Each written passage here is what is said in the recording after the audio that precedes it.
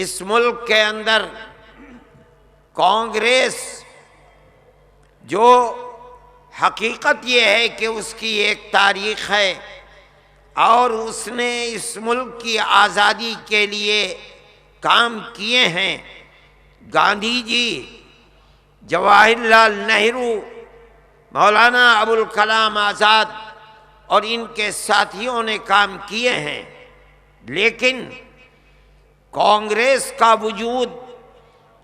1883 سے لے کر 1885 تک ہے۔ 1885 میں ان کا سب سے پہلا جلسہ دلی کے اندر ہوا ہے، لیکن وہ علماء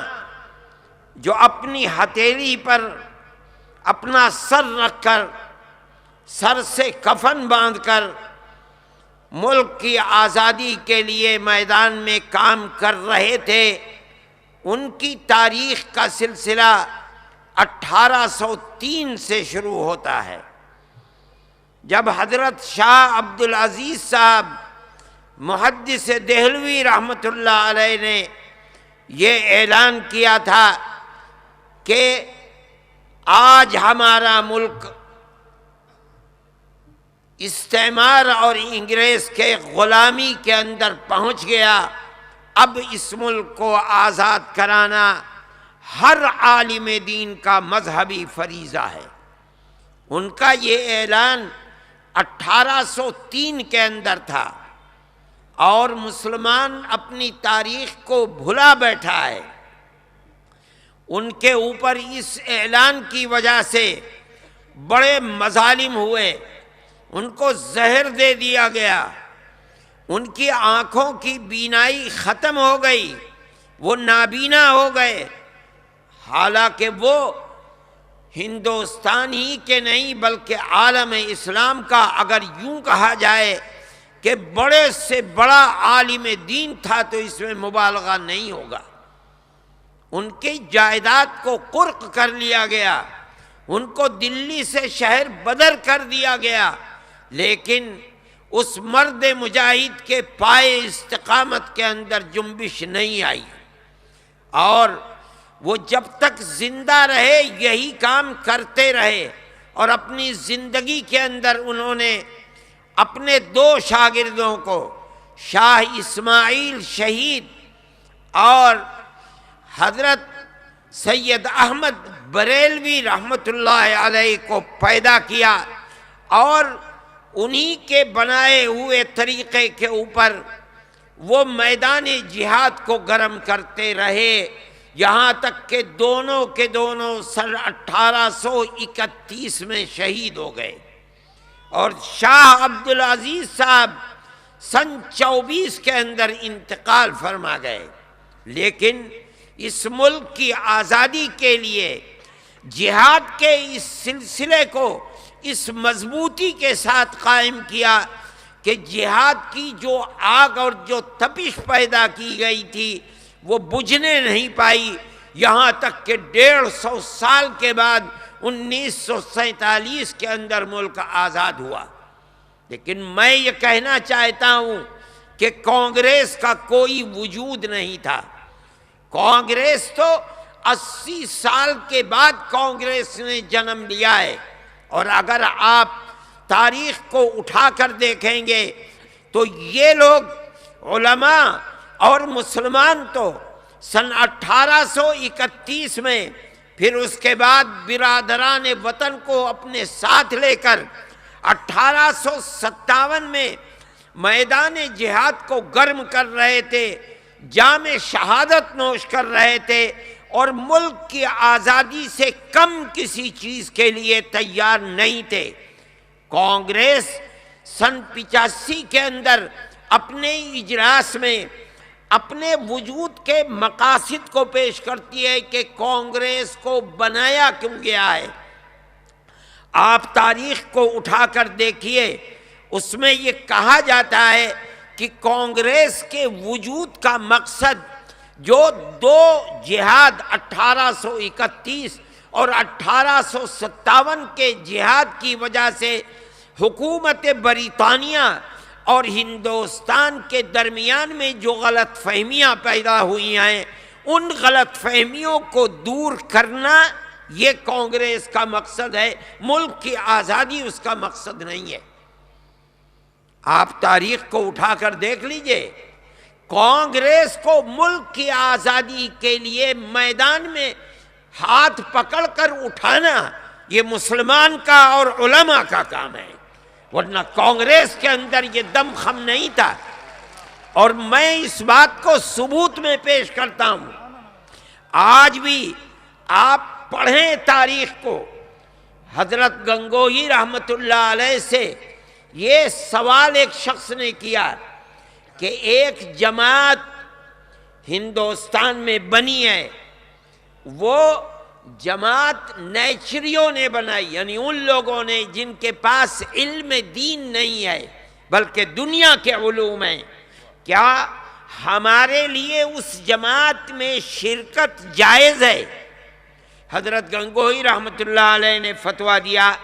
کہ جس طرح کسی بزنس اور کاروبار میں ہندو اور مسلمان کی شرکت جائز ہے بشرطے کہ دین کو نقصان نہ پہنچے، اسی طرح اس جماعت کے اندر ہندو اور مسلمان کی شرکت جائز ہے۔ یہ فتویٰ ہے، چھپا ہوا ہے۔ اس زمانے میں اس فتوے کا نام تھا نصرت الابرار۔ پرانے جو لائبریریاں ہیں ان میں موجود ہے، ورنہ جو کتابیں شائع ہوئی ہیں آزادی وطن پر جن میں علماء کے کردار کو پیش کیا گیا ہے، ان کتابوں میں جگہ جگہ نصرت الابرار فتوے کا ذکر موجود ہے۔ اس واقعے کو بیان کرنے کے بعد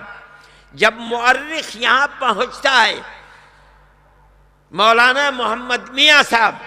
علماء حق کے اندر اور دوسری کتابوں میں لکھتے ہیں کہ یہاں یہ سوال پیدا ہوتا ہے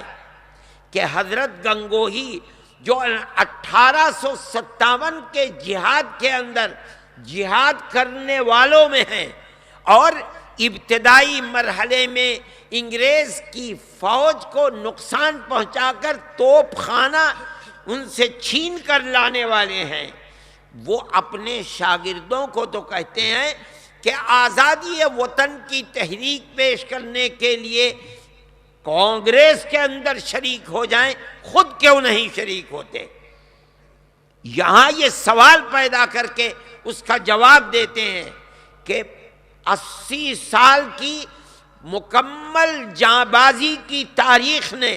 ان کو اتنا پختہ کر دیا تھا کہ وہ آزادی وطن سے کم کسی مطالبے کے اوپر تیار نہیں تھے، اور کانگریس آزادی وطن کے لیے تیار نہیں ہے۔ وہ تو اس درمیان کے تعلقات کو ختم کرنا چاہتی ہے، تعلقات میں جو خرابی پیدا ہوئی ہے اسے دور کرنا چاہتی ہے۔ اس لیے انہوں نے اپنے شاگردوں کو کہا کہ اس کے اندر شریک ہو، اور شریک ہو کر کے آزادی وطن کے لیے اس کو کھڑا کرو۔ اور ان کا یہ دلچسپی ان کی اس سلسلے کے اندر کارگر ہوئی، یہاں تک کہ کانگریس کے ہاتھ کو پکڑ کر آزادی وطن کے لیے کھڑا کر دیا گیا۔ یہ مسلمان کا کردار ہے، مسلمان کی تاریخ ہے، لوگ جانتے نہیں ہیں۔ دریا گنج کے اندر حکیم اجمل خان